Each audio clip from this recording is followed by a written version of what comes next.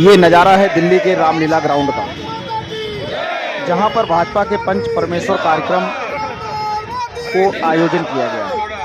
पंच परमेश्वर सम्मेलन के आयोजन को सफल बनाने के लिए भाजपा के कार्यकर्ताओं ने पूरा जोश हाई करके आए और उनका जोश देखते ही बन रहा था।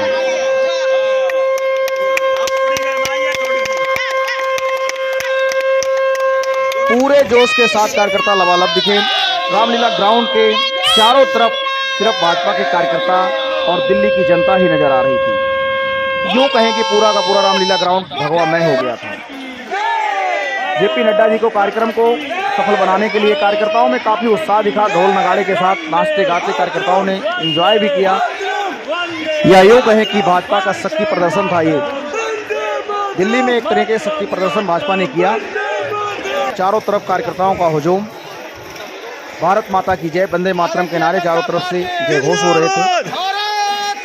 और इसी बीच जयप्रकाश नड्डा ने अपनी पार्टी की जमकर अपनी उपलब्धियां लोगों के सामने रखी।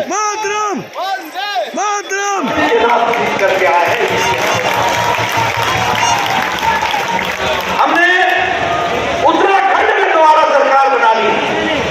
आप लोगों के सहयोग से हमने गोवा में तीसरी बार सरकार बनाई, तीसरी बार।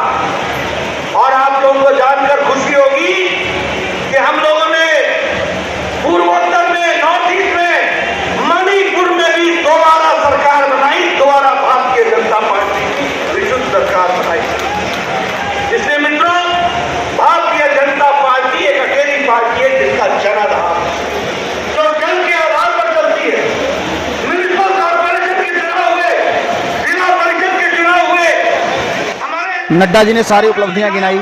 उन्होंने ये भी बताया सारी पार्टियों का चरित्र बनते समय कुछ और था, धीरे धीरे पार्टियां अलग हो गई, लेकिन भारतीय जनता पार्टी शुरू से एक देश एक विधान एक निशान पर चलती रही। आज भी उसका एजेंडा वही है, एक राष्ट्र में एक निशान और एक विधान चलना चाहिए। और राष्ट्रवाद पे आगे बढ़ते बढ़ते आज भारतीय जनता पार्टी का जनाधार इतना बढ़ गया है। आप लोगों का प्यार, जनता का आशीर्वाद इस तरीके से मिला, पूरी तरीके से आज सराबोर दिखे जगत प्रकाश नड्डा जी, और उन्होंने पूरी उपलब्धियां अपनी पार्टी की लोगों के बीच में रखा। हमको ध्यान रखना है। मित्रों, हमारा सामाजिक चेहरा भी है। कोरोना के दौरान सारी पार्टियां लुप्त हो गई, आइसोलेशन में चली गई, आईसीयू में पहुंच गई, कोई दिखने को नहीं मिलता था। नेता भी ट्विटर पर मिलते थे या वीसी करते हुए मिलते थे।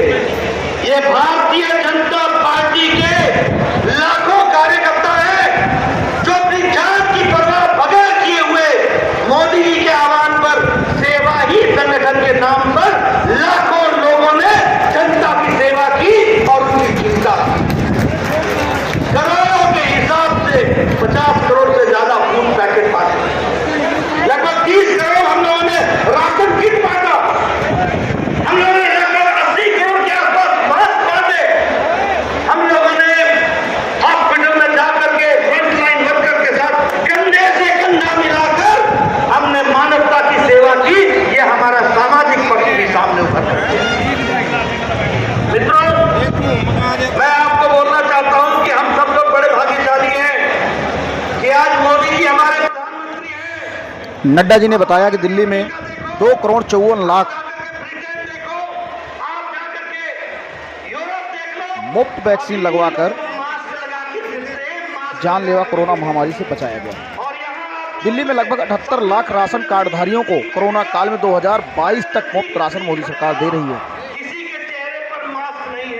ईस्टर्न वेस्टर्न पेरिबल बनाकर दिल्ली में जो होने वाले प्रदूषण थे, उन 60,000 वाहनों को लगभग दिल्ली आने से रोका, जिससे दिल्ली का प्रदूषण कम किया जा सके। धौला कुआं जो फ्लाईओवर है, दिल्ली व मेरठ हाईवे बनाकर दिल्ली वालों को प्रदूषण या जाम से राहत दिलाई। दिल्ली में लगभग 350 जन औषधि केंद्र खोले, जिससे कि 50 से 80% दवाइयाँ वहाँ पर सस्ती लोगों को मिल सके। कोरोना महामारी के बीच महिलाओं को भी लगभग मोदी सरकार ने 500 रुपए की मदद की। रेहड़ी पटरी वाले दुकानदारों को स्वनिधि योजना के तहत कम ब्याज दर पर 10,000 तक का लोन दिया। उज्ज्वला योजना के अंतर्गत दिल्ली के लाखों बहनों को मुफ्त सिलेंडर व रेगुलेटर चूल्हा दिया। 1731 अनाधिकृत कॉलोनियों को 60 लाख लोगों को मालिकाना हक दिलाया, 920 करोड़ की लागत से प्रगति मैदान में ट्रांजिट कॉरिडोर बनवाया, उसके मुख्य सुरंग 5 अंडरपास से आईटीओ क्षेत्र मथुरा रोड और भैरव मार्ग पर यातायात जाम की कमी और प्रदूषण में भी कमी आई। बदरपुर में 885 एकड़, ध्यान देने वाली बात है, बदरपुर में 885 एकड़ जमीन पर दुनिया का सबसे बड़ा इको पार्क मोदी सरकार द्वारा दिल्ली के बिगड़ी आबो हवा को साफ करने के लिए विकसित किया जा रहा है।